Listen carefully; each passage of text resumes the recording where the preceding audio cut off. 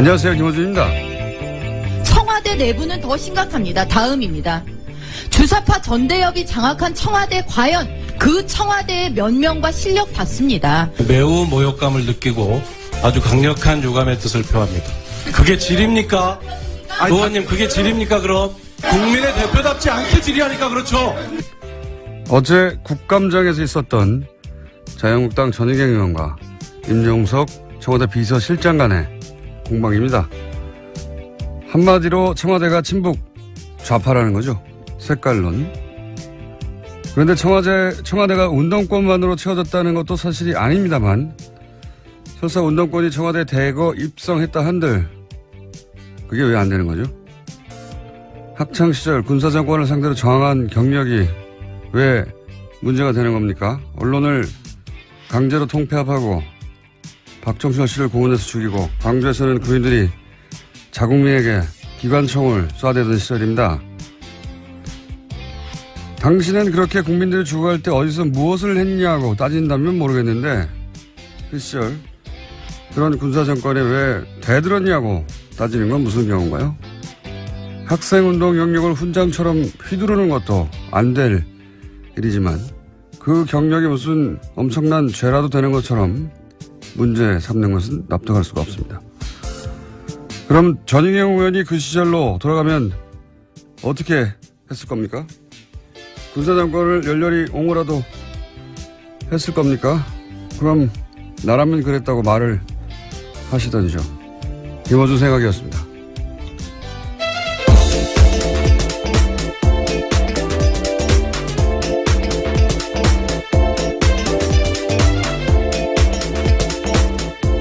시사인의 김은지입니다. 네.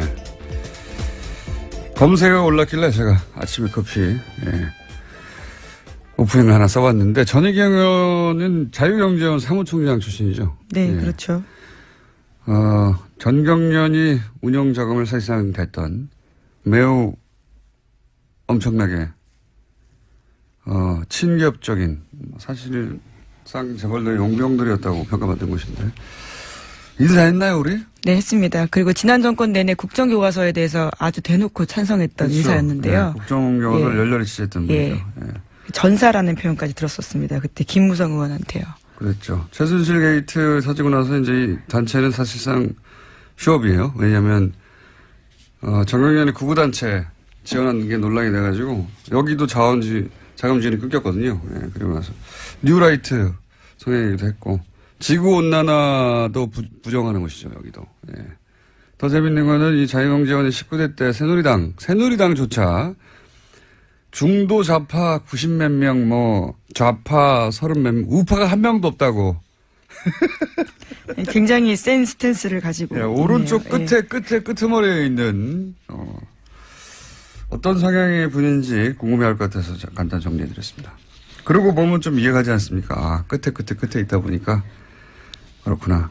근데 전 의원 자신이 누리고 있는 현재 이 발언의 자유, 상당 부분은 그 시절에 저항했던 학생들 덕이라는 걸. 예, 앞서서 싸웠던 사람들이 있었기 때문에 가능했던 일인데요. 그 덕이라는 걸 알아야 할 텐데 인정할 리는 없겠지만요. 예, 하여튼 어제 하루 종일 화제였습니다. 자, 첫 뉴스는요.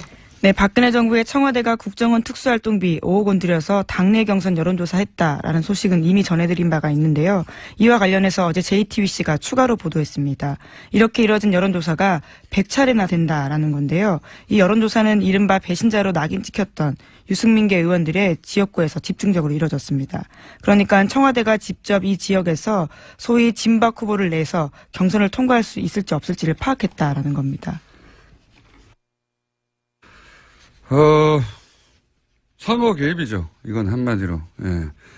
이게 이제 선거 개입이라 하더라도, 예를 들어 보수 진영을 위한 거였다라고 하면 그나마 좀 명분이 있을 텐데, 이거는 그런 것도 아닌 것이, 대구 경북에서는 어차피 새누리당 다 당선되거든요. 그런데 거기서 100번이나 여론조사를 했다는 것은 자기가 원하는 소위 이제 진박들을 골라서, 사람을 꽂아서 당선시키고 싶은 거잖아요. 자기 말 잘 듣는 사람 넣으려고 했다라는 거죠. 자기 말을 위해 쓴 돈인 겁니다, 이건. 네. 이건 뭐, 보수 진영이나 뭐, 이념이나 혹은 뭐, 새누리 당이냐, 이게 아니에요. 그냥 박근혜 말을 잘 듣냐 안 듣냐, 자기한테 충성하냐 아니냐, 이건 선거 개입 중에서도 아주 가장 나쁜, 질 나쁜 선거 개입인데, 관련해서 다시 떠오른 녹취가 하나 있죠. 생각나요? 이거 당연히 보장하죠. 경선하라고 해도 우리가 다 만들지. 친박 브랜드. 친박이다. 대통령 사람이다. 아니 형이 일단 전화를 해. 빨리. 형 아니면 형 사단낸다니까 내가 별의별 걸 다 가질 때니까 형한테. 아마도 윤상현 의원의 이 멘트를 텍스트로만 보신 분들이 많을 텐데, 요 내용이 딱 들어맞는 내용입니다. 다 두 가지죠. 하나는 진박들을 다 골라내고, 그리고 요 여론조사에 대한 존재에 대해서 알고 있다는 것 같고요. 그 다음에 이제 그 지역구를 옮기려고 하는 것에 대해서 이제 저항하는 사람한테 청와대에서 벌컥벌컥 다 가지고 있다. 뒷조사에서 라는 뉘앙스의 윤상현 전 의원의 멘트. 또 연결해서 다시 떠오릅니다. 자, 알겠습니다. 이건 조사가 이루어질 것 같고요. 자, 다음 뉴스는요. 네, 국정원 댓글 수사를 방해한 혐의로 구속영장이 청구됐던 국정원 TF 소속의 직원들이 전원 구속됐습니다. 여기에는 장호준 전 부산지검장 등 현직 검사가 포함되어 있고요. 또 서천호 전 국정원 2차장 등 전직 국정원 간부들이 되어 있습니다. 강부영 영장전담 판사 같은 경우에는요, 범죄 혐의가 소명되고 증거인멸의 우려가 있기 때문에 영장을 발부한다라고 밝혔습니다. 이제 영장 기각되는 경우가 별로 없을 것 같아요. 지난번에 추명호 국장을 영장 기각했다가 네, 오히려 더 큰 사건이 터졌죠. 더 큰 사건이 터지고 추명호 국장은 더 많은 혐의를 안고 구속됐습니다. 결국 구속됐습니다. 예. 앞으로는 빨리빨리 구속돼 영장이 나오지 않을까. 이번 댓글 사건 같은 경우에도 그때 그 영장 기각으로 인해서 밝혀진 사건이거든요. 그래서 제가 당시 영장 실질심사 판사들에게 대해서 이렇게 여러 가지 비판적인 이야기를 한 것에 대해 사과드렸잖아요. 다시 한번 사과드리고요. 그런 큰 뜻이 있는 줄 제가 모르고 감사드립니다. 다음 뉴스는요. 다만 이와 관련해서 같은 혐의로 구속영장이 청구됐던 변창훈 검사 같은 경우에는 어제 영장실질심사를 1시간 앞두고 투신했습니다. 결국 숨졌는데요. 현장에서는 유서는 발견되지 않았다라고 합니다. 이거 참 일주일 사안간이에요. 일주일 전에 사망한 국정원 소속 정모 변호사. 그분도 그렇고 이분도 그렇고 사실 이렇게 총대를 맬 위치가 아니거든요, 스스로.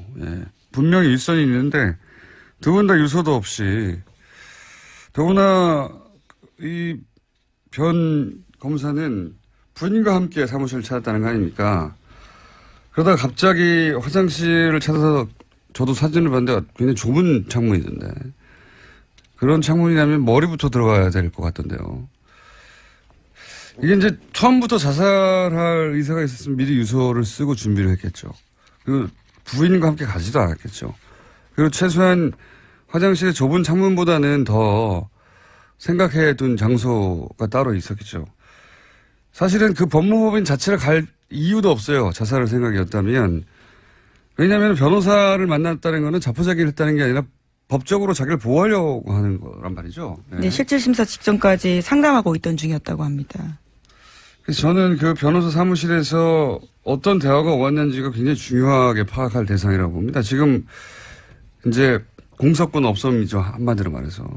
네, 당사자가 숨졌기 때문에요. 그래서 더 이상 어떤 조사도 이루어지기 힘들긴 하나, 저는 이 대화가 무엇이 이루어졌는지 확인하는 것이 굉장히 필요하다. 왜냐하면 그 대화가 동기가 됐다고 추정할 수밖에 없는 상황이란 말이죠. 더군다나 그 법무법인은 찾아보니까 정점식 변호사라고. 정관 변호사입니다. 검찰 출신이에요. 올해 6월에 자천된 분이죠. 그래서 사직한 분인데, 이분은 공안검사의 수장, 그렇게 표현하는 게 맞을 것 같아요. 공안검사의 수장, 우리나라 검찰의 수장이라고 할 만한 분이거든요. 그러니까 유호성 사건, NLL 사건, 기타 우리가 생각하는 대표적인 공안 사건들 다 이분 손을 거쳤어요. 이분 작품이었는데 무슨 대화가 오갔느냐, 전 반드시 확인할 필요가 있을 것 같습니다. 굉장히 안타까운 일이네요, 이건. 네, 현재 정 변호사의 유족 같은 경우에도요, 장례를 거부하고 있는 상황이라고 합니다. 의심할 수밖에 없죠. 유가족 입장으로서는. 장소도 석연치 않고요. 사진을 봤더니 창문이 활짝 열리는, 이렇게 위아래로 왜 이렇게 제끼는 창문 있잖아요. 다 안 열리는, 반쯤 열리는. 빠져나가기 쉽지 않겠던데. 물론 뭐, 그렇게 투신하고 싶은 어떤 충동을 느낀 사람에게 좁은 게 문제가 되지는 않겠지만, 굉장히 돌발적인 선택이었던 것 같고, 예. 자살이라 하더라도. 그냥 여기서 접집하고 들여다볼 대목이 많다고 봅니다. 이 자살 사건은. 그 앞 국정원 직원의 자살 사건도 들여다볼 대목이 저는 있다고 생각하는데.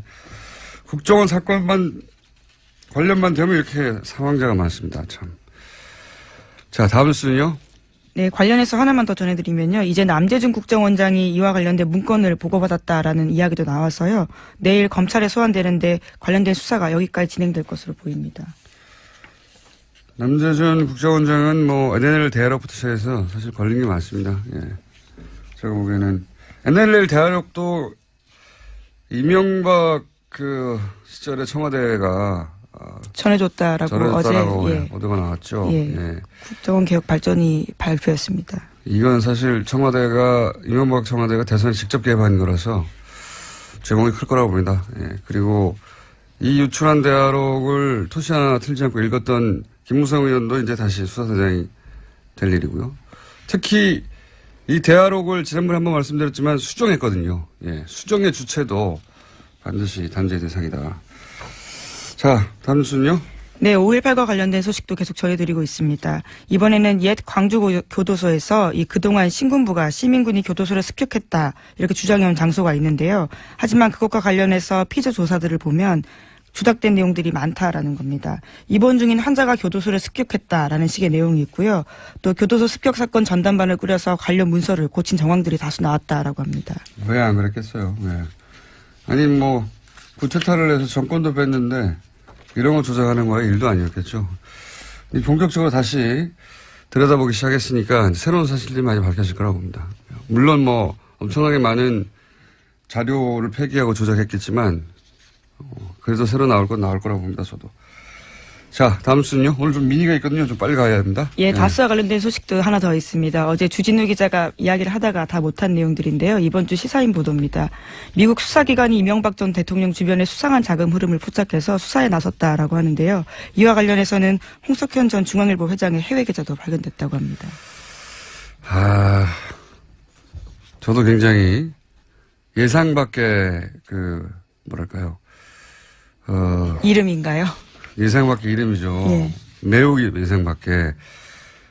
왜냐하면 이제 미국 사법당국이 이명박 전 대통령 관련 계좌를 추적 중 그렇죠. 미국 이었다는 거죠. 엘라베마에 있는 다스 현지 법인에서 거액의 돈이 움직였기 때문에 이와 관련해서 수사했다라고. 왜 합니다. 미국에서 이명박 전 대통령의 계좌를 추적한단 말이냐 이렇게 생각하시면 이상할 텐데 그게 아니라 미국에는 해외 부패 방지법이라고 FCP 생각이 안 나네요.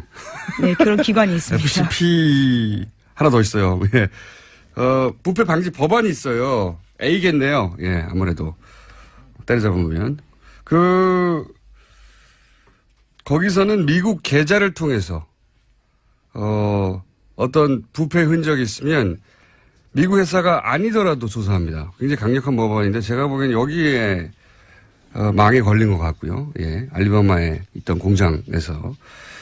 그리고 그 추적 과정에서 이제 이명박 전 대통령과 관련이 있는 것으로 보이는 계좌를 특정했는데 쭉 가다 보니 이름이 홍석현 회장이 나왔다는 겁니다. 이건 주진우 기자가 홍 회장을 추적하다가 나온 게 아니고 이명박 전 대통령 계좌를 미국 사법 당국이 아마도 이 법에 이거해서 따라가다가 이름이 나왔는데 그 이름이 왜 나온지 저도 몰라요. 예. 근데 나온 걸 안 나왔다고 할 수는 없잖아요. 나왔어요. 네, 본인도 모르는 계좌라고 현재 부인하고 있는데요. 예. 아주 자세한 내용들이 이번 주 시사인에 실려 있습니다. 시사인 광고 그만하고요. 네, 아니 꼭 보십시오. 저도 왜 이름이 갑자기 등장했는지는 모르고 네. 주중희 기자도 이건 몰라요. 근데 여러 가지 가설이 있을 수는 있겠지만 그건 뭐 가설조차 말할 단계는 아닌 것 같고 아직. 분명한 건 뭐냐면 구체적 계좌, 금액, 예금주가 특정됐고 그 계좌는 이명박 전 대통령의 미국 내에서의 거대한 어떤 불법적 자금을 고리를 추적하다가 미국 사법당국이 발견하는 걸 어렵게 주진희 기자가 확보했다는 겁니다. 예. 저도 처음 이거 듣고 굉장히 의아했어요. 예. 자, 트럼프 대통령 온다는 뉴스 있죠? 네, 예. 1박 2일로 옵니다. 예. 오늘 정오께 들어옵니다. 예, 온답니다. 예. 자, 오늘 여기까지 해야 될 것 같습니다. 왜냐면은, 뉴스 하나 더 하려고 하셨죠. 끝에. 아, 네. 트럼프 대통령이 지금 37%. 아니요, 그거 말고. 아, 예. 또 있죠. 워낙 많았어요. 그중에서- 네, 지금 국민의당이 또 내용을 겪고 있는데요. 잠깐만요. 거기까지 내용을 예, 예. 겪고 있는데요. 왜냐하면 내용을 겪는 당사자가 나오셨기 때문에. 네네. 그럼 전 여기까지 하고 들어가겠습니다. 네, 시사인의 김은지였습니다. 감사합니다. 안철수 대표가, 제가 시간이 없어가지고 좀 짧게 끊었는데, 안철수 대표가, 자신을 비판한 중진위원에게 사실상 당을 나가라, 뭐 이런, 공방이 오가서 오늘 보도됐는데, 당사자를 직접 모셨습니다. 국민의당 유성엽 의원 나오셨습니다. 예, 안녕하세요. 안녕하세요. 예. 전화로 하려고 했는데, 직접 나오셔가지고, 예. 매우 감사합니다. 사실 뭐 당사자를 좀 보고 이야기를 해야 되는데, 예. 좀 이렇게 또 당내에 또 뭐 제 우물에 침 뱉기 격이 돼서 좀 거북살스러웠습니다만 또 이마저도 이렇게 보고 말씀을 나눠야 좀 정확할 것 같아서. 그렇습니다. 예. 나왔습니다. 예. 이게 이제 애초에 시작이 어떻게 된 겁니까? 이게 사실은 저도 우리 그 내부망이죠. 우리 거기에 가입되어 있는 거기에다가 이제 어제 정읍에서 서울로 올라오면서 아, 국민의당 의원들만 보는 내부 게시판 예, 같은 거기 거. 위원장들까지 예. 또 포함돼서 보는 방인데 그것이 왜 외부로 이렇게 유출돼 가지고 그 오늘 아침에 제가 여기를 또 불려 나와야 되고 하는지 참 뭐 어떤 내용을 올리셨어요? 쉽게 말하면은 그동안에 그 당 일련의 운영하는 과정이 대단히 그 미숙하고 부족했다. 예. 안철수 특히 대표가 미수가 부족했다는 겁니다. 그렇습니다. 특종에서? 특히 예. 그 독일에 가서 한 발언 같은 경우는 아주 잘못된 발언 아니냐. 이제 이런 것을 지적해서 안철수 대표가 좀 보다 더 좀 제대로 좀 상황을 인식하고 예. 해서 좀 분발했으면 쓰겠다 해서 물론 뭐 중대한 결단을 내렸으면 좋겠다라고 했지만은 뭐 중대한 결단이라는 것이 쓰겠다. 통상적으로 받아들이는 뭐 그런 의미로 안정돼서 했던 것은 아닌데 거기에 좀 발끈하셨던 것 같습니다. 보니까. 다시 한번 말씀해 주십시오. 어떻게 했으면 쓰겠다고요? 저는 중대한 그 결단, 어제 정확한 표현을 넣으면은, 예. 지금이라도 우리 당의 미래를 위해 중대한 결단이 필요합니다. 이렇게 마무리를 했는데요. 중대한 결단이 필요하다가 아니라 중대한 결단을 했으면 쓰겠다라고 하셔가지고 제가. 예, 그 말이 그 말인 거죠. 예, 예. 중대한 결단이 필요하다. 예. 여기서 중대한 결단이라는 건 사퇴라는 얘기 아닙니까? 저는 뭐 그 사퇴까지 염두에 두고 그런 말한 건 아니고 그건 진도가 좀 너무 많이 나간 이야기고. 그러면 그거 왜 중대한 결단은 뭡니까? 왜 그러냐면 지금까지 그 당에 이를테면은 예. 이제 독일에서의 그 복수 발언. 아, 적폐 청산이 복수라는 복수다. 이런 표현. 예. 이제 이런 표현이 이제 최종적으로 이제 조금의 문제였지만은 그 전에 뭐 지역위원장을 당헌이나 당규에 근거도 없이 일괄 사퇴하라든지 예. 또 뭐 되지도 않을 바른정당과 통합 가지고 당의 분란을 일으켰잖아요. 예. 지금 분열될 것이 뻔히 예상되는 가운데 실제 어제 그제 분열이 되지 않았습니까? 9명이 네, 나갔는데 바른정당에. 또 뭐 최근에 와서는 각 시도당의 사무처장을 중앙당에서 다 내려보내겠다. 예. 또 뭐 이게 또 원칙도 없어요. 어디는 뭐 당무사무처장, 어디는 뭐 정무사무처장으로 전북은 그렇게 하겠다라고 하는데 어디는 뭐 그냥 그대로 사무처장만 또 교체하는 이런 결과고. 그래서 이런저런 것을 보면은 좀 당이 너무 소통 없이 일방적으로 지금 운영되고 있는 것이 아니냐. 운영 방식이 문제가 많다. 거기에 대해서 좀 제대로 인식을 하고 좀 바로잡고 나가라 이런 의미죠. 바로잡고 나가라. 큰 결단은 그런 의미입니까? 그렇습니다. 그동안의 그 문제에 대해서 아마 본인은 이것이 뭘 잘못했는지를 잘 모르는 것 같아서 그걸 제대로 좀 인식을 하고 분명하게 바로잡자 이 의미가 이제 중대한 결단을 하라는 제 뜻이었습니다. 당초의 뜻이. 그 중대한 결단 단어가 이제 당대표직을 내려놓으라고 이해가 된 것 같은데 예. 그렇게 이해할 수밖에 없었을 거라고 저도 보는 것이 이제 보도된 그 쓰신 글을 보면 당대표 출마하는 것도 비정상이고 비정상으로 출마했는데 당선된 것도 당의 비정상이다. 이렇게 얘기했으니까 비정상적인 자격으로 출마해서 비정상적으로 당선됐으니 지금은 중대한 결단을 해서 당대표를 내려놓으시오. 이렇게 이해됐겠지 않습니까? 제가 이제 그 말씀은 예. 그때 이제 전당대회 직후 안철수 대표께서 제 방에 와서 제가 그 이야기를 했죠. 본인한테. 출마한 것도 비정상이었고. 아, 그때 이게 사석에서 나눈 얘기입니까? 이거? 그렇습니다. 비정상적인 출마를 통해서 당선된 것도 이 당이 비정상적이라는 거다. 그러니까 이 비정상적인 당을 정말 제대로 바로잡으려면은 엄청나게 어려운 일이다. 그렇기 때문에 정말 좀 잘해주었으면 쓰겠다. 이제 이런 뜻으로 이야기를 드렸던 겁니다. 아, 그때는 그렇게 말씀하신 거예요? 그럼요. 아, 사석에서 했던 얘기를 연장선상에서 이제 이런 얘기를 하신 거네요, 말하자면. 그때 이제 전당대회 직후에 이제 제 방에 왔을 때 이제 그런 이야기를 제가 했는데. 지금 비정상적인 상황이니 잘해달라라는 잘해달라. 요지. 이거 굉장히 어려운 일이다. 중요한 과제다. 뒷부분이 있군요. 그래서 여기서 중대한 결단이라는 것은 거기에 대한 인식을 다시 해달라는 이야기예요. 근데 지금 상황에서 안 대표가 지지율도 당 지지율이 올라가지도 않고 그런 상황에서 이제 이런 말을 하니까 당대표 그만두라는 얘기로 이해가 되는 거는 좀 자연스러운 것 같습니다. 실제 뭐 거기까지 제가 뜻을 둔 것은 분명히 아닙니다만은. 네, 이제는. 뭐 그렇게 뭐 받아들이는 것도 또 뭐 그건 받아들이는 사람들의 판단이겠다 싶습니다. 예. 지금은요. 이제 이런 공방이 있고 나서 거꾸로 안 대표가 그러면 당신이 나가라. 당신이 나가라. 당시 제가 어제 아침에 그 올릴 때만 해도 뭐 사퇴 이런 의미로 제가 받아들였던 것은 염두에 두었던 것은 아닌데. 사퇴하라고 한 것은 아닌데 거꾸로 되돌아온 건 당신이 나가시오. 저보다 네. 당에 있기가 불편하면 나가라라는 이야기를 듣고 경악을 했습니다. 이게 개인 회사의 사장도 종업원 그렇게 내치는 거 아닙니다. 그것은. 그런데 이건 지금 안철수 사당이 아니고 안철수 공당 아닙니까? 아니 그 국민의당이 안철수 사당이 아니고 공당 아닙니까? 예. 그 어떻게 공당의 대표가 그 소속 당원 더구나 현역 의원인 당원을 불편하면 나가라. 이렇게 말하는 것은 여전히 본인이 뭘 지금 잘못 인식하고 있고 어떻게 당을 잘못 이끌어 왔는지를 모르고 있는 거예요. 이 부분이. 그래서 참 저는 이것은 경악스러운 일이고 대단히 잘못된 일이다 이렇게 생각을 하는 겁니다.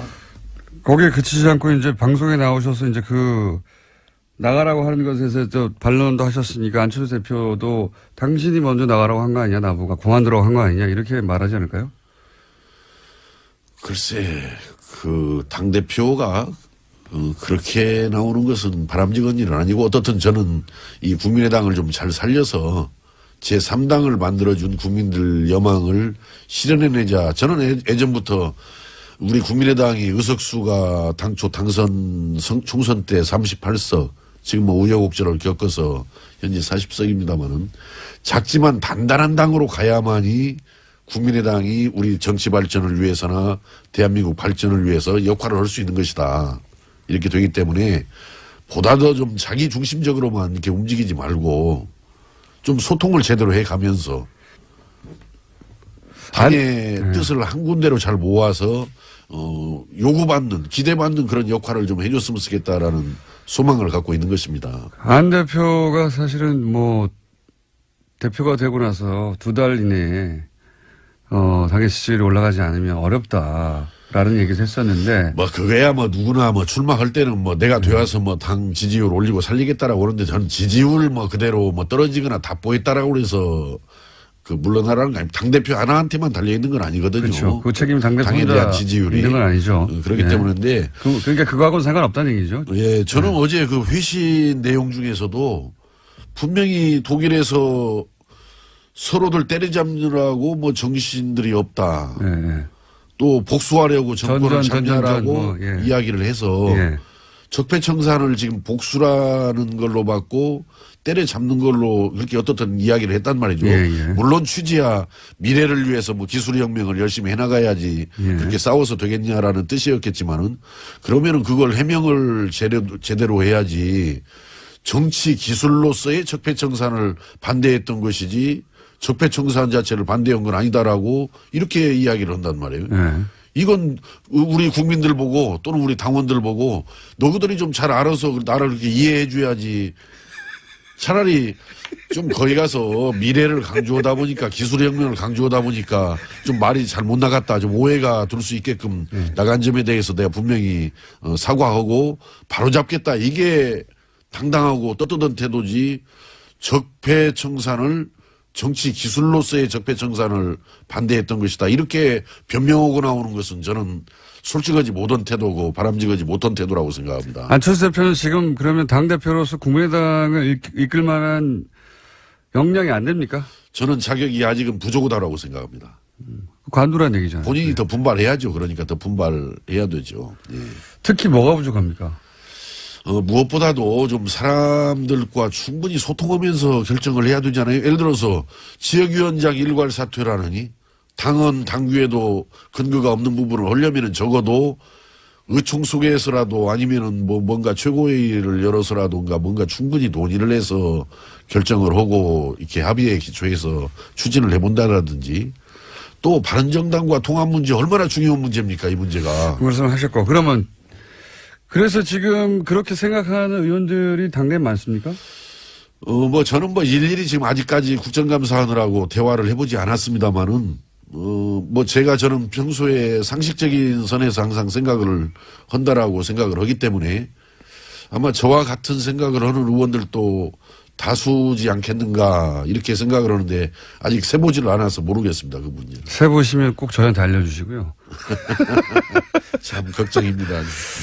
근데 이제 이렇게 안철수 대표와 생각이 같은 분들도 당내에 있겠지만 생각이 이렇게 완전히 다른 분들 당내에 그런 뭐 여러 가지 노선이 있는 거는 상관이 없는데 이건 노선의 문제가 아니라 당신 자격이 안 돼라고 하는 거는 좀 다르지 않습니까? 예.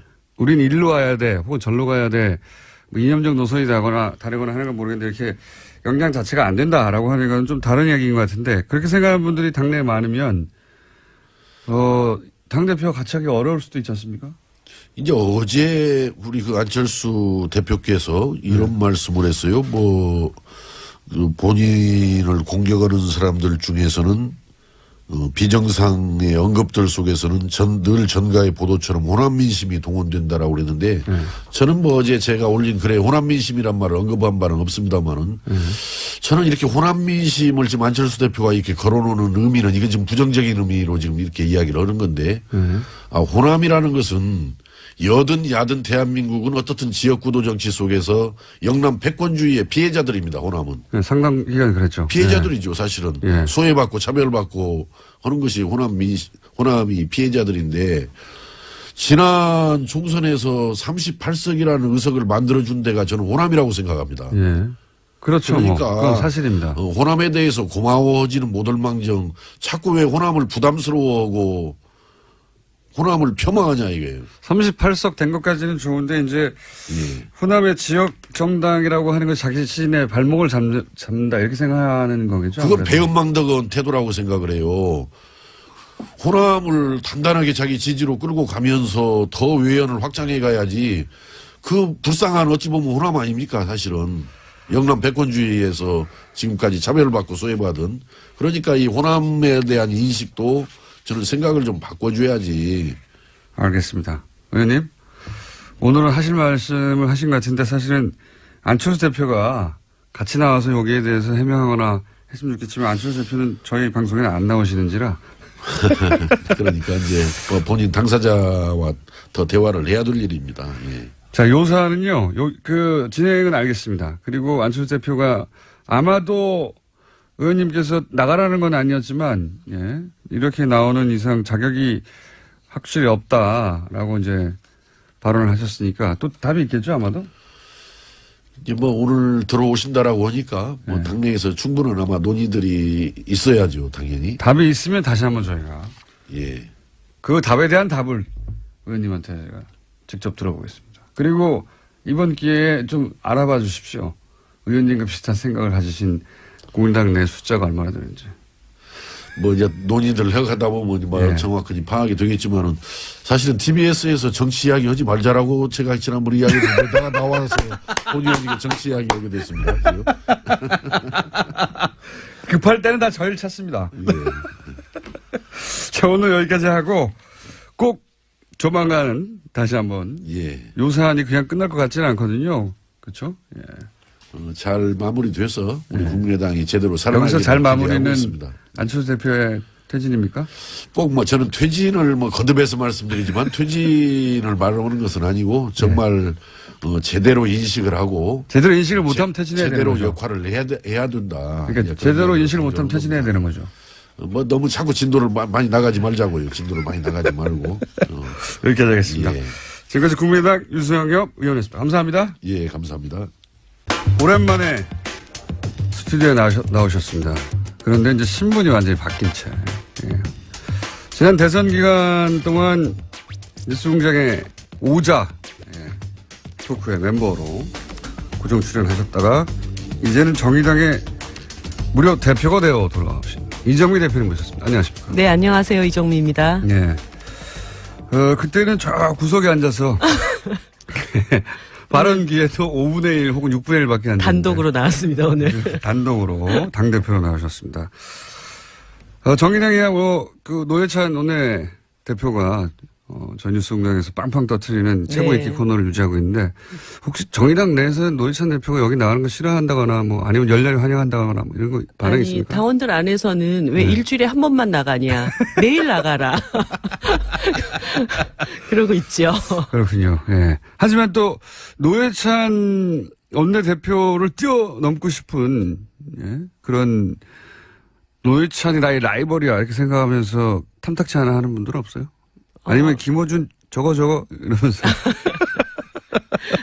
뭐 지금 노 대표님은 좋은 선수가 좋은 그라운드를 만났다 이런 느낌이고요. 그래서 평상시에 말을 아끼세요. 수요일 날 가서 다 털어놓으시려고. 왜 이렇게 말수가 적어지셨나 그랬더니 수요일 날 가서 다 터시려고. 아 싸우시는구나. 예. 네. 혹시 그런 얘기가 미리 나가면 재미가 없으니까 네. 또 예.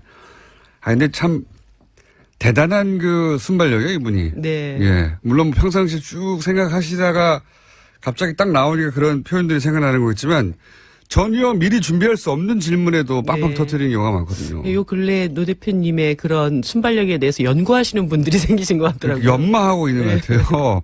어떻게 연마하는지 모르겠지만. 자, 현안이 많은데, 어렵게 보셨으니까. 당대표들은 모시기 참 어렵거든요. 예, 이전에 이정미 의원은 모시기가 너무 쉬운데 저희가 귀찮아서 안 불렀고요. 그때 너무 쉽게 나왔나 봐요. 예. 당대표들은 모시기 어렵기 때문에 오신 김에. 다른 얘기 전에, 방금 전에 이제 유승엽 의원이 국민의당 내부 사정 좀 얘기하고 가셨는데, 네. 그 중에서 이제 요 질문을 꼭 드려야 될 것 같아요. 자유한국당에서는 지금 뭐 소위 적폐청산 드라이버에 대해서 본인들이 그 대상이 되다 보니까 아마 더욱 그럴 수밖에 없겠지만 정치보복 프레임으로 맞서고 있지 않습니까? 네. 그 당이 그러는 건 이해갑니다. 예. 정치는 뭐 항상 프레임 전쟁이기도 하고. 근데 안철수 대표가 적폐청산 관련해서 복수라는 단어를 사용했잖아요. 네. 그게 이제 크게 보도가 됐는데 요건 좀 납득이 가지 않는 부분이 있는데 이거 어떻게 생각하십니까? 제가 요 근래 안철수 대표님을 이렇게 보고 있으면 머릿속에 온통 딱 한 단어밖에 없으신 것 같아요. 존재감. 그러니까 어떤 방식으로든지 간에 이 다자 구도 안에서 국민의당의 독자적인 존재감을 어떻게 만들어 가야 될 것인가. 그 과정에서 나온 이야기가 또 정치보복 프레임이 아닌가 이런 생각이 들거든요. 본인의 존재감을 위해서라면 오히려 적폐청산이 사실은 아니 그거는 시대적 이미 요청이고. 집권 정당이 굉장히 강력하게 밀고 가고 있기 때문에 자기 브랜드를 가져갈 수 없어서. 네, 그렇다고 봐야죠. 근데 정치 보복도 자유한국당이 가져가고 있는 프레임인데 둘 중에 하나를 붙는다면 이쪽에 붙는 게 낫지 않습니까? 자유한국당과 뭐 경쟁 상대라고 보시는 게 아닐까요? 오히려 민주당하고의 어떤 그 프레임 경쟁을 하기보다는 이 다자구도 안에서 야당으로서의 자기 존재감을 갖는 것이 훨씬 더 지금은 중요하고 시급한 일이기 때문에 그런 뭐 강력한 단어 같은 것들을 써서 이렇게 존재감을 확보하려고 하는 자유한국당보다도 오히려 더 합리적이고 자유한국당의 자유한국당이 이런 프레임에 동의하는 국민들 있을 테니까 그 국민들 끌어들이기 위해서다. 아니 그 자유한국당을 지지하는 국민들을 끌어들인다라기보다는 지금 야당 내에서도 지금 다당 구조로 되어 있잖아요. 그 중에서도 가장 강력한 현재 집권 정당과 맞설 수 있는 정당으로서의 자기 존재감 확보 이런 차원으로 봐야 되겠죠. 존재감 단어 세 글자가 존재감이 머릿속에 꽉 차 있다. 제가 보기에는 머릿속에 꽉 차 있는 건 문재인이에요. 저는 그렇게 생각이 드는데 그렇게 생각하시면 납득하기 어려운 점이 많은데 여하간 안철수 대표가 그러면 같은 당 대표 대 대표 아니겠습니까 이제 대등한 네. 예. 그리고 정치 경력이 의원님 더 짧다고 할 수도 없고요. 네. 정치 일선에 계신 지는 더 오래됐고 그러면 같은 대표로서 보기에 당을 운영하는 실력은 어떻게 보십니까? 글쎄요, 지금 이제 정의당을 뺀 나머지 야당들이 이렇게 뭐라고 해야 되나 자기 진로를 잃고 지금 방황하고 있는 그런 상황이라고 봐야 되겠죠. 그러니까 바른정당도 어저께 결과적으로는 이제 두 개의 세력으로 나뉘어지게 된 것이고 국민의당 입장에서도 지금 바른정당 일부 남아있는 분들이 국민의당과 어떻게 연합할 것인가 이런 고민을 하고 있지만 또 국민의당 내부에서는 또 일부가 어떻게 하면 민주당과 다시 그렇죠. 합칠 수 있을 것인가 이런 고민을 하고 있단 말이죠. 그러니까 지금 각 당이 자기 당의 정체성과 진로 이런 것들에 대해서 이렇게 길과 방향을 잃었다고 지금 보여져요.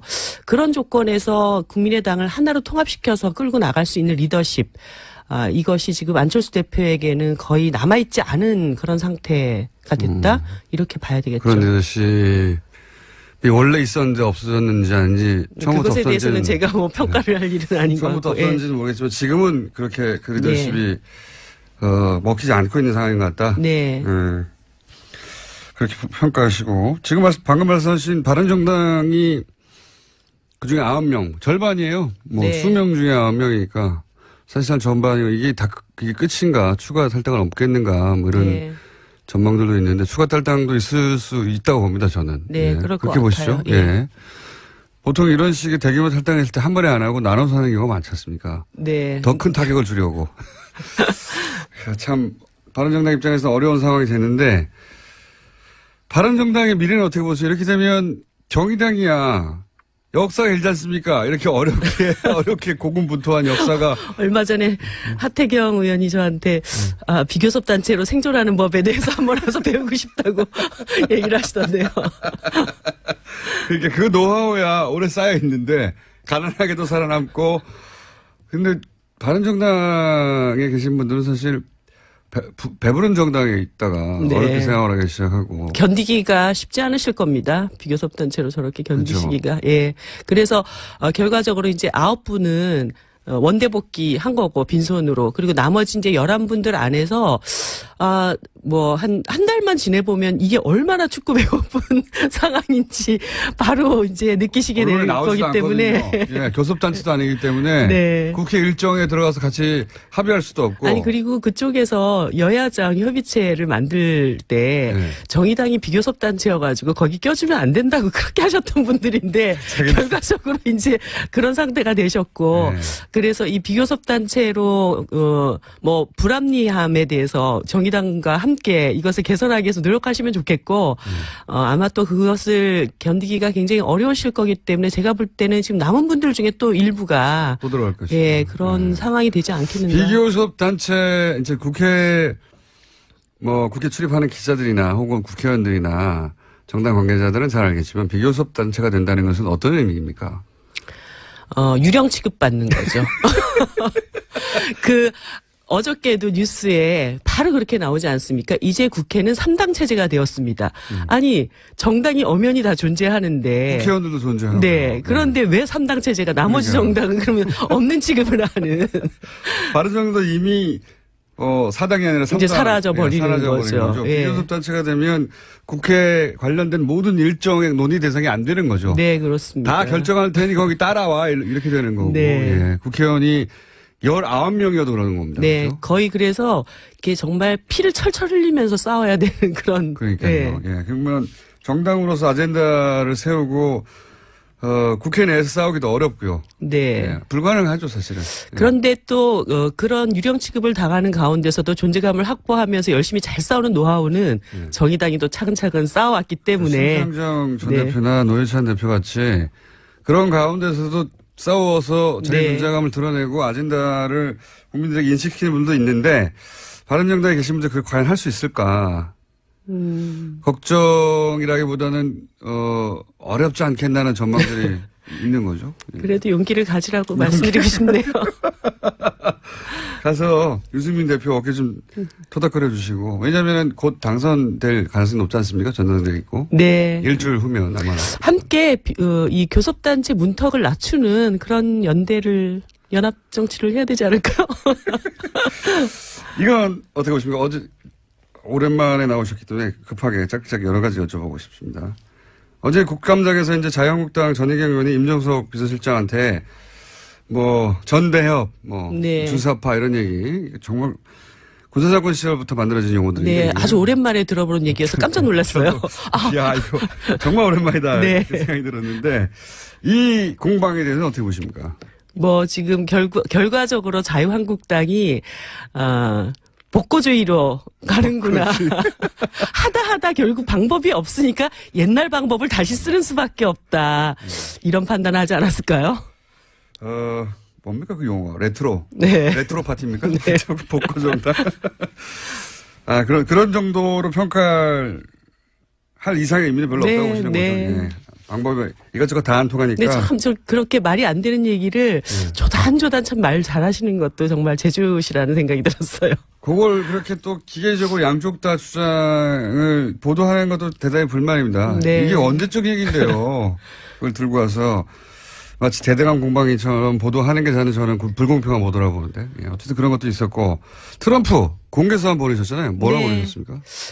이번에 이제 오시는데 사실 손님이 오시면 굉장히 기쁘게 맞이해야 되잖아요. 네. 그런데 여러 가지 너무 걱정이 많이 되는 거예요. 네. 거기에다가 얼마 전에 또 홍준표 자유한국당 대표께서 방미하셔가지고 남한에다 전술핵을 배치를 네. 해야 되고 그게 안 되면 우리가 독재적으로 핵무기라도 갖겠어 막 이렇게 얘기를 하고 오셨기 때문에 혹시라도 트럼프 대통령이 오시면서 이게 대한민국에는 좀 이상한 생각을 가진 사람들만 있을까봐 그렇게 그렇지 생각할까 않다. 봐. 그렇지 않다. 대한민국 국민들의 목소리를 정확하게 들으시라.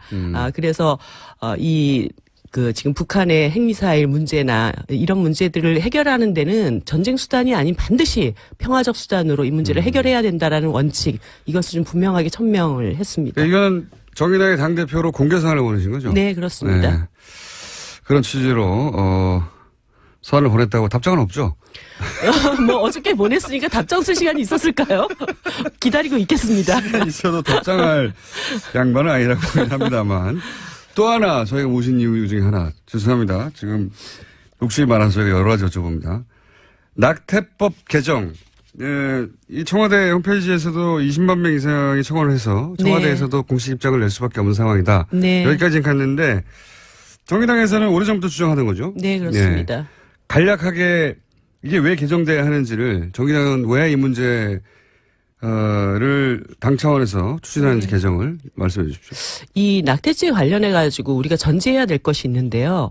어떤 여성도 낙태를 원하지 않습니다. 그렇겠죠. 네. 당연히. 그렇기 때문에 낙태를 처벌하지 않으면 자기 몸이 마치 상하면서 하는 건데요. 네, 뭐 낙태가 뭐 엄청나게 많아질 것이다 이렇게 생각하는 것은 상당한 잘못된 인식이라고 남자들의 보고요. 착각이거나 네. 모르니까요. 네. 남자들은 그 대목은. 그러니까 여성들이 굉장한 정신적, 육체적 고통을 감내하면서까지도 네. 이 임신 중절이라는 것을 선택할 수밖에 없는 그런 상황들. 사회 경제적인 이유가 있습니다. 그런데 실제 이 낙태에 대한 형벌, 그 형법상의 그 처벌 조항이 있다 하더라도 이미 90% 이상의 여성들이 불법적인 시술을 통해서 낙태를 또 진행을 하고 있거든요. 당국도 눈 감아주고 있고 사실상. 네. 그런 과정에서 또 불법 시술 과정에 상당히 상당한 건강권이 이렇게 해칠 수 있는 이런 상황들도 있고 이렇기 때문에 지금 이미 이제 낙태죄라는 것이 사문화되어 있고 또 여성에게 자기 몸에 대한 자기 결정권이나 건강권, 행복권 이런 것들을 추구해 나갈 수 있는 그런 인권국가로 또 나아가자라고 하는 측면에서 이 형법상의 낙태죄라고 하는 것은 이제는 좀 폐지할 때가 되지 않았는가. 저희가 일요일부터 함께한 여론조사에서도 2년 전과는 다르게 찬성이 훨씬 높게 나왔어요. 7년 전 여론조사와 네. 지금 여론조사가 완전히 딱 그쵸. 정반대로 뒤집혀진. 시대 정신이 상황이죠. 바뀐 거죠. 네. 네, 그런 인식을 가진 분들이 많고. 자, 벌써 시간이 10초밖에 안 남았네. 이럴 수가. 저희가, 한 달에 한 번씩은 그러면 네. 따로 모시겠습니다. 어떻습니까? 좋죠. 네. 알겠습니다. 그 대신 노 대표님은 매일매일 부르시는 거예요. 이정미 정의당 대표였습니다. 감사합니다. 네, 감사합니다. 안녕하세요. 김호준입니다. 청와대 내부는 더 심각합니다. 다음입니다. 주사파 전대협이 장악한 청와대 과연 그 청와대의 면면과 실력 봤습니다. 매우 모욕감을 느끼고 아주 강력한 유감의 뜻을 표합니다. 그게 질입니까? 의원님 그게 질입니까 그럼? 국민의 대표답지 않게 질의하니까 그렇죠. 어제 국감장에서 있었던 자유한국당 전희경 의원과 임종석 청와대 비서실장 간의 공방입니다. 한마디로 청와대가 친북 좌파라는 거죠. 색깔론. 그런데 청와대가 운동권만으로 채워졌다는 것도 사실이 아닙니다만 설사 운동권이 청와대에 대거 입성했다 한들 그게 왜 안 되는 거죠?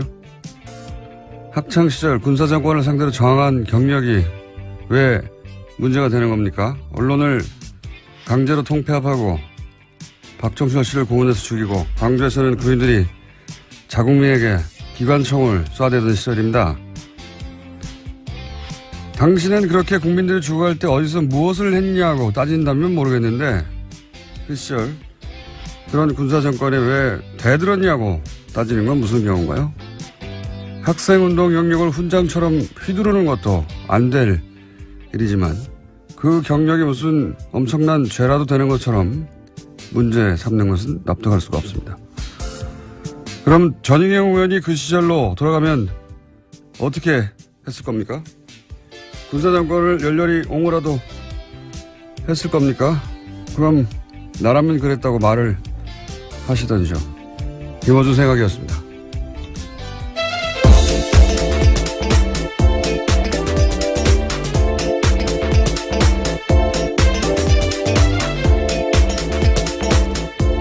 시사인의 김은지입니다. 네. 검색어가 올랐길래 제가 아침에 커피 오프닝을 하나 써봤는데 전희경 의원은 자유경제원 사무총장 출신이죠. 네, 그렇죠. 전경련이 운영 자금을 사실상 됐던 매우 엄청나게 친기업적인 사실상 재벌들의 용병들이었다고 평가받은 곳인데 인사했나요 우리? 네, 했습니다. 그리고 지난 정권 내내 국정교과서에 대해서 아주 대놓고 찬성했던 그렇죠. 인사였는데요. 네, 국정교과서를 예. 열렬히 지지했던 분이죠. 예. 예. 전사라는 표현까지 들었었습니다. 그때 김무성 의원한테요. 그랬죠. 최순실 게이트 터지고 나서 이제 이 단체는 사실상 휴업이에요. 왜냐하면 정경련이 구구단체 지원하는 게 논란이 돼가지고 여기도 자금 지원이 끊겼거든요. 예, 그리고 나서 뉴라이트 성행이기도 했고 지구온난화도 부정하는 것이죠. 여기도. 예. 더 재밌는 거는 이 자유경제원이 19대 때 새누리당조차 중도 좌파 90몇 명, 좌파 30몇 명, 우파가 한 명도 없다고. 굉장히 센 스탠스를 가지고. 예, 오른쪽 있네요. 끝에 끄트머리에 있는, 어떤 성향의 분인지 궁금해할 것 같아서 간단 정리해드렸습니다. 그러고 보면 좀 이해가지 않습니까? 끝에 있다 보니까. 그렇구나. 근데 전 의원 자신이 누리고 있는 현재 이 발언의 자유, 상당 부분은 그 시절에 저항했던 학생들 덕이라는 걸. 예, 앞서 진행된 수사가 여기까지 진행될 것으로 보입니다. 남재준 국정원장은 NLL 대화록부터 시작해서 사실 걸린 게 많습니다. 예. 제가 보기에는 NLL 대화록도 이명박 그 시절에 청와대가 전해줬다라고 어제 보도가 나왔죠. 예. 국정원 개혁 발전이 발표했습니다. 이건 사실 이명박 청와대가 대선에 직접 개입한 거라서 제목이 클 거라고 봅니다. 예. 그리고 이 유출한 대화록을 토시 하나 틀지 않고 읽었던 김무성 의원도 이제 다시 수사대장이 될 일이고요. 특히 이 대화록을 지난번에 한번 말씀드렸지만 수정했거든요. 예. 수정의 주체도 반드시 단죄의 대상이다. 자, 다음 뉴스는요? 네, 5.18과 관련된 소식도 계속 전해드리고 있습니다. 이번에는 옛 광주교도소에서 그동안 신군부가 시민군이 교도소를 습격했다 이렇게 주장해온 장소가 있는데요. 하지만 그것과 관련해서 피조 조사들을 보면 조작된 내용들이 많다라는 겁니다. 입원 중인 환자가 교도소를 습격했다라는 식의 내용이 있고요. 또 교도소 습격 사건 전담반을 꾸려서 관련 문서를 고친 정황들이 다수 나왔다라고 합니다. 왜 안 그랬겠어요? 왜? 아니 구태타를 해서 정권도 뺐는데 이런 거 조작하는 거야 일도 아니었겠죠. 본격적으로 다시 들여다보기 시작했으니까 새로운 사실들이 많이 밝혀질 거라고 봅니다. 물론 엄청나게 많은 자료를 폐기하고 조작했겠지만 그래도 새로 나올 건 나올 거라고 봅니다. 저도. 자, 다음 뉴스는요. 오늘 좀 미니가 있거든요. 좀 빨리 가야 합니다. 예, 다스와 관련된 소식도 하나 더 있습니다. 어제 주진우 기자가 이야기를 하다가 다 못한 내용들인데요. 이번 주 시사인 보도입니다. 미국 수사기관이 이명박 전 대통령 주변의 수상한 자금 흐름을 포착해서 수사에 나섰다라고 하는데요. 이와 관련해서는 홍석현 전 중앙일보 회장의 해외 계좌도 발견됐다고 합니다. 저도 굉장히 예상 밖의 이름인가요? 예상 밖의 이름이죠. 예. 매우 예상 밖의. 왜냐하면 이제 미국 사법 당국이 이명박 전 대통령 관련 계좌를 추적 그렇죠. 미국 이었다는 엘라베마에 거죠. 있는 다스 현지 법인에서 거액의 돈이 움직였기 때문에 이와 관련해서 수사했다라고. 왜 합니다. 미국에서 이명박 전 대통령의 계좌를 추적한단 말이냐 이렇게 생각하시면 이상할 텐데 그게 아니라 미국에는 해외 부패 방지법이라고 FCP 생각이 안 나네요. 네, 그런 기관이 있습니다. FCP 하나 더 있어요. 예. 부패 방지 법안이 있어요. A겠네요. 예, 아무래도 때려잡으면 거기서는 미국 계좌를 통해서 어떤 부패 흔적이 있으면 미국 회사가 아니더라도 조사합니다. 굉장히 강력한 법안인데 제가 보기엔 여기에 망에 걸린 것 같고요. 예, 알리바마에 있던 공장에서. 그리고 그 추적 과정에서 이제 이명박 전 대통령과 관련이 있는 것으로 보이는 계좌를 특정했는데 쭉 가다 보니 이름이 홍석현 회장이 나왔다는 겁니다. 이건 주진우 기자가 홍 회장을 추적하다가 나온 게 아니고 이명박 전 대통령 계좌를 미국 사법 당국이 아마도 이 법에 이거해서 따라가다가 이름이 나왔는데 그 이름이 왜 나온지 저도 몰라요. 예. 근데 나온 걸 안 나왔다고 할 수는 없잖아요. 나왔어요. 네, 본인도 모르는 계좌라고 현재 부인하고 있는데요. 예. 아주 자세한 내용들은 이번 주 시사인에 실려 있습니다. 시사인 광고 그만하고요. 네, 아니 꼭 보십시오. 써왔던 사람들이 있었기 때문에 가능했던 일인데요. 그 덕이라는 걸 알아야 할 텐데 인정할 리는 없겠지만요. 예. 하여튼 어제 하루 종일 화제였습니다. 자, 첫 뉴스는요. 네, 박근혜 정부의 청와대가 국정원 특수활동비 5억 원 들여서 당내 경선 여론조사했다라는 소식은 이미 전해드린 바가 있는데요. 이와 관련해서 어제 JTBC가 추가로 보도했습니다. 이렇게 이뤄진 여론조사가 100차례나 된다라는 건데요. 이 여론조사는 이른바 배신자로 낙인 찍혔던 유승민계 의원들의 지역구에서 집중적으로 이뤄졌습니다. 그러니까 청와대가 직접 이 지역에서 소위 진박 후보를 내서 경선을 통과할 수 있을지 없을지를 파악했다라는 겁니다. 선거 개입이죠. 이건 한마디로. 예.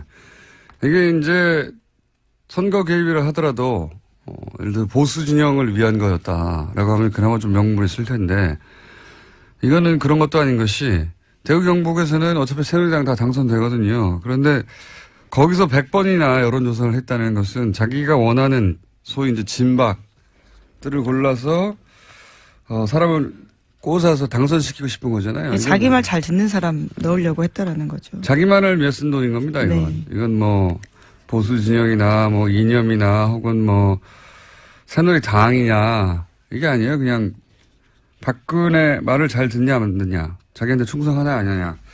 이건 선거 개입 중에서도 아주 가장 질 나쁜 선거 개입인데. 관련해서 다시 떠오른 녹취가 하나 있죠. 생각나요. 이거 당연히 보장하죠. 정선하라고 해도 우리가 다 만들지. 친박 브랜드. 친박이다. 대통령 사람이다. 아니 형이 일단 전화를 해. 빨리. 형 아니면 형 사단난다니까 내가 별의별 걸 다 가질 테니까 형에 대해. 아마도 윤상현 의원의 이 멘트를 텍스트로만 보신 분들이 많을 텐데 요 내용이 딱 들어맞는 내용입니다. 다 두 가지죠. 하나는 진박들을 다 골라내고 그리고 요 여론조사에 대한 존재에 대해서 알고 있다는 것 같고요. 그 다음에 이제 그 지역구를 옮기느라고 하는 것에 대해서 이제 저항하는 사람한테 청와대에서 벌컥벌컥 다 가지고 있다. 뒷조사에서 라는 뉘앙스의 윤상현 전 의원의 멘트. 또 연결해서 다시 떠오릅니다. 자, 알겠습니다. 이건 조사가 이루어질 것 같고요. 자, 다음 뉴스는요. 네, 국정원 댓글 수사를 방해한 혐의로 구속영장이 청구됐던 국정원 TF 소속의 직원들이 전원 구속됐습니다. 여기에는 장호준 전 부산지검장 등 현직 검사가 포함되어 있고요. 또 서천호 전 국정원 2차장 등 전직 국정원 간부들이 되어 있습니다. 강부영 영장전담 판사 같은 경우에는요. 범죄 혐의가 소명되고 증거인멸의 우려가 있기 때문에 영장을 발부한다라고 밝혔습니다. 이제 영장 기각되는 경우가 별로 없을 것 같아요. 지난번에 추명호 국장을 영장 기각했다가 네, 오히려 더 큰 사건이 터졌죠. 더 큰 사건이 터지고 추명호 국장은 더 많은 혐의를 안고 구속됐죠. 결국 구속됐습니다. 예. 앞으로는 빨리빨리 구속돼 영장이 나오지 않을까. 예, 이번 댓글 사건 같은 경우에도 그때 그 영장 기각으로 인해서 밝혀진 사건이거든요. 예. 그래서 제가 당시 영장 실질심사 판사들에게 대해서 이렇게 여러 가지 비판적인 이야기를 한 것에 대해 사과드렸잖아요. 예. 다시 한번 사과드리고요. 그런 큰 뜻이 있는 줄 제가 모르고 감사드립니다. 다음 뉴스는요. 예, 다만 이와 관련해서 같은 혐의로 구속영장이 청구됐던 변창훈 검사 같은 경우에는 어제 영장 실질심사를 1시간 앞두고 투신했습니다. 결국 숨졌는데요. 현장에서는 유서는 발견되지 않았다라고 합니다. 이거 참 일주일 사안간이에요. 일주일 전에 사망한 국정원 소속 정모 변호사. 그분도 그렇고 이분도 그렇고 사실 이렇게 총대를 맬 위치가 아니거든요, 스스로. 분명히 일선이 있는데 두 분 다 유서도 없이 더구나 이 변 검사는 부인과 함께 사무실을 찾았다는 거 아닙니까? 그러다가 갑자기 화장실을 찾아서 저도 사진을 봤는데 굉장히 좁은 창문이던데 그런 창문이라면 머리부터 들어가야 될 것 같던데요. 이게 이제 처음부터 자살할 의사가 있었으면 미리 유서를 쓰고 준비를 했겠죠. 그리고 부인과 함께 가지도 않았겠죠. 그리고 최소한 화장실의 좁은 창문보다는 더 생각해둔 장소가 따로 있었겠죠. 사실은 그 법무법인 자체를 갈 이유도 없어요. 자살할 생각이었다면. 왜냐하면 변호사를 만났다는 것은 자포자기를 했다는 게 아니라 법적으로 자기를 보호하려고 하는 거란 말이죠. 네, 실질심사 직전까지 상담하고 있던 중이었다고 합니다. 그래서 저는 그 변호사 사무실에서 어떤 대화가 오갔는지가 굉장히 중요하게 파악할 대상이라고 봅니다. 지금 이제 공석권 없음이죠. 한마디로 말해서. 네, 당사자가 숨졌기 때문에요. 그래서 더 이상 어떤 조사도 이루어지기 힘들긴 하나 저는 이 대화가 무엇이 이루어졌는지 확인하는 것이 굉장히 필요하다. 왜냐하면 그 대화가 동기가 됐다고 추정할 수밖에 없는 상황이란 말이죠. 더군다나 그 법무법인은 찾아보니까 정점식 변호사라고. 네, 정관 변호사입니다. 검찰 출신이에요. 올해 6월에 자천된 분이죠. 그래서 사직한 분인데 이분은 공안검사의 수장. 그렇게 표현하는 게 맞을 것 같아요. 공안검사의 수장, 우리나라 검찰의 수장이라고 할 만한 분이거든요. 그러니까 유호성 사건, NLL 사건, 기타 우리가 생각하는 대표적인 공안 사건들 다 이분 손을 거쳤어요. 이분 작품이었는데 무슨 대화가 오갔느냐, 전 반드시 확인할 필요가 있을 것 같습니다. 굉장히 안타까운 일이네요, 이건. 네, 현재 정 변호사의 유족 같은 경우에도요, 장례를 거부하고 있는 상황이라고 합니다. 의심할 수밖에 없죠, 유가족 입장으로서는. 장소도 석연치 않고요. 사진을 봤더니 창문이 활짝 열리는, 이렇게 위아래로 왜 이렇게 제끼는 창문 있잖아요. 다 안 열리는, 반쯤 열리는. 빠져나가기 쉽지 않겠던데. 물론 그렇게 투신하고 싶은 어떤 충동을 느낀 사람에게 좁은 게 문제가 되지는 않겠지만, 굉장히 돌발적인 선택이었던 것 같고, 예. 자살이라 하더라도. 그냥 여기서 접지 말고 들여다볼 대목이 많다고 봅니다. 이 자살 사건은. 그 앞 국정원 직원 자살 사건도 들여다볼 대목이 저는 있다고 생각하는데. 국정원 관련만 되면 이렇게 사망자가 많습니다. 참. 자, 다음 뉴스는요? 네, 관련해서 하나만 더 전해드리면요. 이제 남재준 국정원장이 이와 관련된 문건을 보고받았다라는 이야기도 나와서요. 내일 검찰에 소환되는데 저도 왜 이름이 갑자기 등장했는지는 모르고 네. 주중희 기자도 이건 몰라요. 근데 여러 가지 가설이 있을 수는 있겠지만 그건 뭐 가설조차 말할 단계는 아닌 것 같고 아직. 분명한 건 뭐냐면 구체적 계좌, 금액, 예금주가 특정됐고 그 계좌는 이명박 전 대통령의 미국 내에서의 거대한 어떤 불법적 자금의 고리를 추적하다가 미국 사법당국이 발견하는 걸 어렵게 주진희 기자가 확보했다는 겁니다. 예. 저도 처음 이거 듣고 굉장히 의아했어요. 예. 자, 트럼프 대통령 온다는 뉴스 있죠? 네, 예. 1박 2일로 옵니다. 예. 오늘 정오께 들어옵니다. 예, 온답니다. 예. 자, 오늘 여기까지 해야 될 것 같습니다. 왜냐면은, 뉴스 하나 더 하려고 하셨죠? 끝에. 아, 네. 트럼프 대통령이 지금 37%. 아니요, 그거 말고. 아, 예. 또 있죠. 워낙 많았어요. 네, 지금 국민의당이 또 내용을 겪고 있는데요. 잠깐만요. 거기까지 내용을 예, 겪고 있는데요. 왜냐하면 내용을 겪는 당사자가 나오셨기 때문에. 네네. 그럼 전 여기까지 하고 들어가겠습니다. 네, 시사인의 김은지였습니다. 감사합니다. 안철수 대표가, 저는 시간이 없어가지고 좀 짧게 끊었는데, 안철수 대표가, 자신을 비판한 중진위원에게 사실상 당을 나가라, 뭐 이런, 공방이 오가서 오늘 보도가 됐는데, 당사자를 직접 모셨습니다. 국민의당 유성엽 의원 나오셨습니다. 안녕하십니까. 예, 안녕하세요. 예. 전화로 하려고 했는데 직접 나오셔가지고. 예. 매우 감사합니다. 사실 뭐 당사자를 좀 보고 이야기를 해야 되는데, 예. 좀 이렇게 또 당내 또 뭐 제 우물에 침뱉기격이 돼서 좀 거북살스러웠습니다만 또 이마저도 이렇게 보고 말씀을 나눠야 좀 정확할 것 같아서. 그렇습니다. 예. 나왔습니다. 예. 이게 이제 애초에 시작이 어떻게 된 겁니까? 이게 사실은 저도 우리 그 내부망이죠. 우리 거기에 가입되어 있는. 거기에다가 이제 어제 정읍에서 서울로 올라오면서. 아, 국민의당 의원들만 보는 내부 게시판 같은 거기 거. 위원장들까지 예. 또 포함돼서 보는 방인데. 그것이 왜 외부로 이렇게 유출돼가지고 오늘 아침에 제가 여기를 또 불려 나와야 되고 하는지 참 뭐 어떤 내용을 올리셨어요? 쉽게 말하면은 그동안에 당 일련의 운영하는 과정이 대단히 미숙하고 부족했다. 네. 안철수 특히 대표가 미수가 부족했다는 겁니다. 그렇습니다. 특종에서? 특히 네. 독일에 가서 한 발언 같은 경우는 아주 잘못된 발언 아니냐. 이제 이런 것을 지적해서 안철수 대표가 좀 보다 더 좀 제대로 좀 상황을 인식하고 예. 해서 좀 분발했으면 쓰겠다 해서 물론 뭐 중대한 결단을 내렸으면 좋겠다라고 했지만은 뭐 중대한 결단이라는 것이 쓰겠다. 통상적으로 받아들이는 뭐 그런 의미로 안정돼서 했던 것은 아닌데 거기에 좀 발끈하셨던 것 같습니다. 보니까. 다시 한번 말씀해 주십시오. 어떻게 했으면 쓰겠다고요? 저는 중대한 어제 정확한 표현을 넣으면은, 예. 지금이라도 우리 당의 미래를 위해 중대한 결단이 필요합니다. 이렇게 마무리를 했는데요. 중대한 결단이 필요하다가 아니라 중대한 결단을 했으면 쓰겠다라고 하셔가지고 제가. 예, 그 말이 그 말인 거죠? 예, 예. 중대한 결단이 필요하다. 예. 여기서 중대한 결단이라는 건 사퇴라는 얘기.